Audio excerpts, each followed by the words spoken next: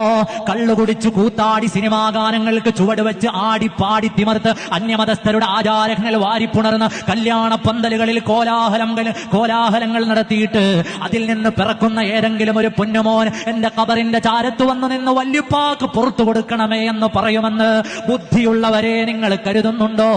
ബുദ്ധിയുള്ളവരെ നിങ്ങൾ ആലോചിക്കുന്നുണ്ടോ?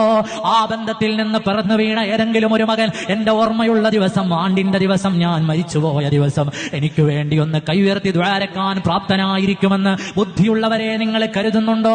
അങ്ങനൊരു വിചാരം നമ്മുടെ കൽബിൽ വരാത്തത് എന്തുകൊണ്ടാണ്? അറിയാനാണ്.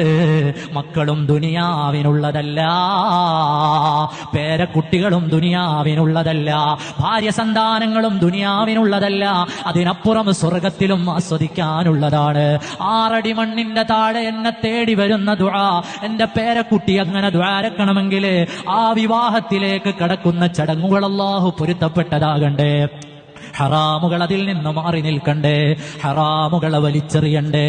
ഓ നട്ടലുള്ള യുവാക്കളെ, അള്ളാഹുവിന്റെ റസൂലിന്റെ തിരുസുന്നത്തുകളെ പുറങ്കാലുകൊണ്ട് തട്ടിക്കളിക്കുന്ന ഇത്തരം വിവാഹ മാമാങ്കങ്ങളിൽ നിന്ന് പിന്മാറുമോ? ഈ കാണിക്കുന്ന പേക്കൂത്തുകൾ അള്ളാഹു ഇഷ്ടപ്പെടുമെന്ന് കരുതുന്നുണ്ടോ?